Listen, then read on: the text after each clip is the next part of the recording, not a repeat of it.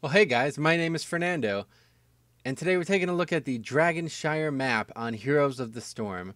Heroes of the Storm was recently released in a full version, and a lot of people are playing it, and they're struggling to realize, the big differences between the maps, because that's one of the most unique parts of Heroes of the Storm. It's not like other MOBAs on the market where there's only the one map and you excel at individual features.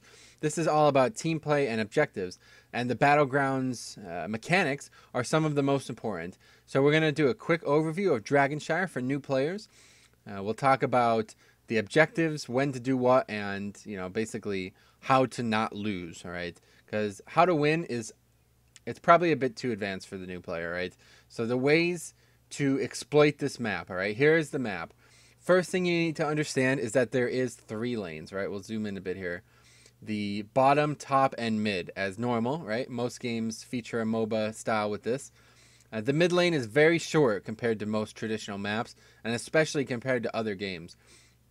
The halfway point is very, very close. And this is important because in the middle, you'll see the Dragon Knight himself, all right? So the main objective of this map is summoning this Dragon Knight. And many people will say that getting the Dragon Knight is less important than preventing the other team from getting the Dragon Knight, because whomever does get the Dragon Knight gains a significant advantage. I would say this is the prototypical map of Heroes of the Storm for this reason. It's got 3 lanes and an objective that doesn't actually change much in the game. It just allows you to advance siege, which is typically a difficult part to get through in most MMO or most MOBAs anyway. Sorry. So in the top and bottom lanes, you'll have one of these shrines. Okay, these shrines allow you to summon the Dragon Knight when both are taken for your team. So for example, getting the top is useless if you don't also have the bottom. But like I said, the best approach is to simply deny it from the other team. So you should never trade the Dragon Knight, or especially trade one shrine for an objective. For example, there's a lot of mercenaries on this map. And this is kind of like this is one of the rare situations where mercenaries aren't a good idea to try to go for. These ones here, these bruisers, these guys will eat up a lot of lane. They'll kill the minions and they'll siege a tower pretty well. But going and getting them instead of doing the objectives is a very, very, very bad choice. Whenever the shrines are active, you want to have lane. You want to have a good presence in the lane, and you want 2 strong players in each.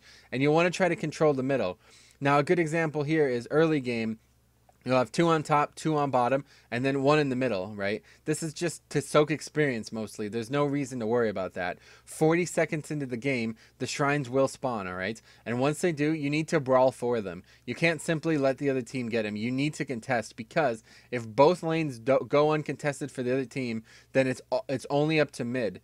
There's a few options here, right? If you're in a really poor matchup, like say you're playing quick queue and you simply can't win your lane because it's just, it's 2 healers or something that they just can't bully the other team out well enough, then you could try to gank bottom, all right? So for example, you could submit top and go bottom with those 2 people. If 4 people go bottom, it should be a win. But this causes the seesaw back and forward. So it's going to be very, very... It's similar, in fact, a lot to... If you guys ever played AB in World of Warcraft, Alteric Basin, or yeah, Arathi Basin, the mechanic is very similar. Sometimes you want to rush one node to overwhelm the team, and especially if you can get kills on it, then it's absolutely worth it. If you can guarantee 4 of you going bottom will get 2 kills and the shrine, then it was definitely worth it. But if you go down here, if one of you dies, you don't decisively clear the other team out, and they're still uncontested top, then not only are you losing experience,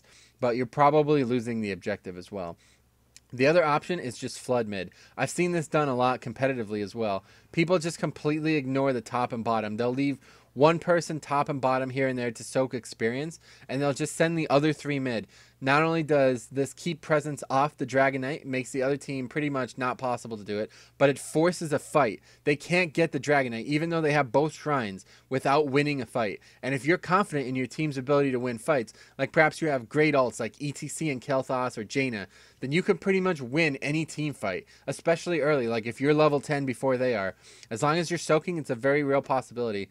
And like I said, the main objective should always just be stopping them from getting the Dragon Knight. The second you overextend on the shrines and go too Rambo to try to get them, you're going to lose the game. Now, there's a lot of minute, like, small things you could do, like people consider Abathur, ETC, Brightwing, and Murky really good for this because Murky and Abathur especially, they're a constant presence, and Abathur can actually deep tunnel to the shrine and get it when there's nobody there, or even deep tunnel to the Dragon Knight and get it when there's nobody there. Like, there was just an ace, like 4v5, and they won, and, the other team's dead. Well, he can go and get this Dragon Knight, and he's pretty effective for this. It's a very good utility. And same with Murky.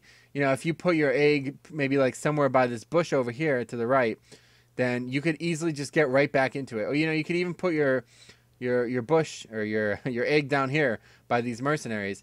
A lot of people just ignore those mercenaries, and then that allows you to just go right back to it, pretty much preventing the other team from ever not having a good presence there.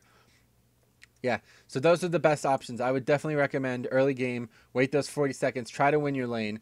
A good idea is try to brawl early. If you say, it's maybe, I don't know, let's see, Muradin and Uther top, all right? Good stuns, they could really lock down. The other team has 2 assassins top. Well, I would definitely try to get a brawl early, the first 25-30 seconds of the game. If you can get a kill or even force them to retreat, that's very good, because then you have 10 seconds to back and get back to the lane, leaving you with full health. A lot of the time, especially in quick queue or even in competitive play, people just don't have that forethought to say, I know exactly when this is going to spawn, I'm going to play around that. If you do that, you're going to be very successful. So that's pretty much everything. Once you get the Dragon Knight, it's very easy to siege forts. He has abilities that do a lot of damage to forts. It's called Rubble Maker, a passive. It's also has a ability that knocks people away. You can use this guy to team fight if needed. For example, 2 of your guys are dead. It's you and 2 assassins alive.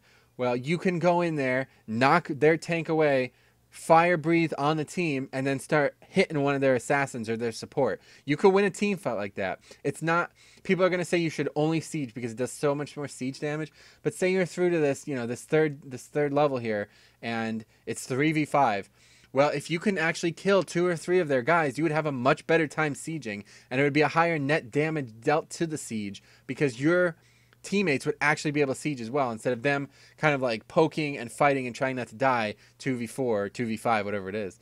So that's that. I would definitely recommend this map as one of the best ones. If there's ever a reason to pick it, this is the prototypical map. So if you guys have any questions about the map, let me know. But if not, we're going to keep moving on.